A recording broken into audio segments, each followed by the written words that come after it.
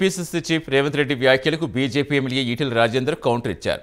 రేవంత్ రెడ్డి సంస్కారహీనంగా మాట్లాడారంటూ ధ్వజమెత్తారు. మునుగోడు ఉప ఎన్నిక ముడుపుల విషయంలో రేవంత్ పేరు తను ఎక్కడా ప్రస్తావించలేదని తెలిపారు. ధీరుడు ఎప్పుడూ కన్నీళ్లు పెట్టడన్నారు. తాము ప్రజల కోసం జైలుకెళ్తే రేవంత్ ఓటుకు నోటు కేసులో జైలుకు వెళ్లారన్నారు. రేవంత్ రెడ్డి గారు నిజంగా నేను కొట్లాడతానని చెప్పి భావించినాను. ధీరులకు కొట్లాడతాడు, సమస్యల మీద కొట్లాడతానని చెప్పి భావించాను. కానీ ఇట్లా ఏడుస్తానని మాత్రం ఎప్పుడు నేను ఊహించలేకపోయాను. ధీరుడు ఎప్పుడు కూడా కన్నీళ్లు పెట్టాడు. ధీరుడు వీరుడు సమస్యల మీద కొట్లాడేవాడు, బరిగీసి కొట్లాడతాడు. కొట్లాటలోనే ఓటమా గెలుప తేల్చుకుంటాడు తప్ప ఇట్లా రాజకీయ నాయకుడిగా రాజకీయ పార్టీలుగా కన్నీళ్లు పెట్టేటువంటి కల్చర్ ఇది మంచిది కాదు. కానీ ఎందుకు ఆయన కన్నీళ్లు పెడుతూ కూడా సంస్కారహీనంగా మాట్లాడాడు. ఏ రాజేంద్ర, నీ అమ్మ నీ అబ్బ మరి ఏం సంస్కారమో ఏం సంస్కృతం మరి తెలంగాణ సమాజం అంతా కూడా గమనిస్తా ఉంది. తెలంగాణ ఉద్యమంలో మహబూబాబాద్ జైల్లో ఉన్నది నేను, కరీంనగర్ జైల్లో ఉన్నది నేను, 100 కేసులు పెట్టబడ్డాయి మా మీద. అసెంబ్లీ వేదికగా తెలంగాణ ఆత్మగౌరవ బావుట ఎగిరేసిన బిడ్డలం మేము. ఇలా మాకు మీకు ఏం పోలిక రేవంత్ రెడ్డి గారు? నాకు అర్థం కాలేదు. మీరు దేనికోసం జరిగిపోయినారు? మీరు ఓటుకునే కోసం జరిగిపోవచ్చు, లేకపోతే ఇంకేమైనా ఏదైనా ఆర్టీ కింద పెట్టి ఏదైనా ఇంకో దాంట్లో ఎక్కిపోవచ్చు. కానీ మీరు ఎన్నడూ ప్రజల కోసం కానీ ప్రజల సమస్యల కోసం కానీ పూర్తి స్థాయిలో కొట్లాడి జైలుకు పోయిన సందర్భాలు ఎప్పుడు లేవు. నువ్వు జైలుకు పోయిన సందర్భాలు ఉంటే ఓటుకు నోట్లో జైలుకు పోవచ్చు, ఇంకొక విషయంలో జైలుకు పోవచ్చు. కానీ ప్రజల కోసం మాత్రం ఎప్పుడు జైలుకు పోయిన బిడ్డ కాదు. తప్పుడు కథనాలకు వ్యతిరేకంగా పార్లమెంట్లో కాంగ్రెస్ పార్టీ బీఆర్ఎస్ పార్టీ చట్టా పట్టాలు వేసుకొని పార్లమెంట్లో ఆందోళన చేస్తున్నమాట వాస్తవం. పార్లమెంటు వెలుపల కూడా బయట కూడా ఇవాళ వీళ్ళు కలిసి ప్రెస్ మీట్లు పెడుతున్నమాట వాస్తవం. మొన్న కాంగ్రెస్ పార్టీ జాతీయ అధ్యక్షులు ఖర్గే గారు కానీ మా గతంలో మా మిత్రుడు ఉన్నటువంటి కేశవరావు గారు కానీ పక్కపంట గంటల కాలం పాటు చర్చలు పెట్టే సందర్భాలు చూశాం. సూరత్ కోర్టు రాహుల్ గాంధీ చేసిన వ్యాఖ్యల మీద తీర్పునిస్తే ఇది చీకటి రోజు అని చెప్పి వ్యాఖ్యానించింది. కాంగ్రెస్ పార్టీ కంటే కూడా ఎక్కువ స్పందించినటువంటి party BRS party.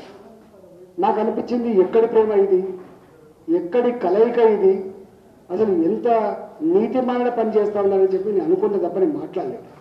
Revanth Reddy గారి ఆశలు ఆడి ఆశలైనని భావించి మాత్రమే ఏడ్చినట్లు కదా. ఆయన ఏడ్చింది నా కోసం కాదు. ఆయన ఏడ్చింది, అయ్యో నేనేదో కాంగ్రెస్ పార్టీకి నాయకున్నై పార్టీలందరూ ఎలగొట్టి పార్టీని అంతా కూడా కబ్జా పెట్టుకొని ఆ పార్టీలో నేను గెలిపించుకొని ముఖ్యమంత్రి కావాలని చెప్పి అయితే కలగలను, ఆ కలగలను కూడా కలలైపోతున్నటువంటి బాధ ఆయనకు ఉండొచ్చు. నేను కావట్లేదు. ఇవాళ మల్లికార్జున ఖార్గే గారు ఇంకా మాట్లాడే ముందే ఈ నిర్ణయం తీసుకున్నాడు. ఇంకా ఇది విన్న తర్వాత ఇంకింత జాడగారిపోయే ప్రమాదం ఉంది. రేవంత్ రెడ్డి గారికి నేను ఒక 4 మాటలు అడగదలుచుకున్నా. ఒకటి, ఏ ఉద్యమంలో మీరు జైలుకు పోయిండ్రు? నంబర్ 1. మాకు మీకు పోలిక ఏంది? నంబర్ 2. మా చరిత్ర ఏంది, మీ చరిత్ర ఏంది? నంబర్ 3. నంబర్ 4, నేను అడుగుతున్నా, నా 20 సంవత్సరాల చరిత్రలో ఒక్క దగ్గర కూడా ఒక ఆర్టీఏ దరఖాస్తు పెట్టలేదు. ఒక్క ఆర్టీఏ దరఖాస్తు పెట్టలేదు.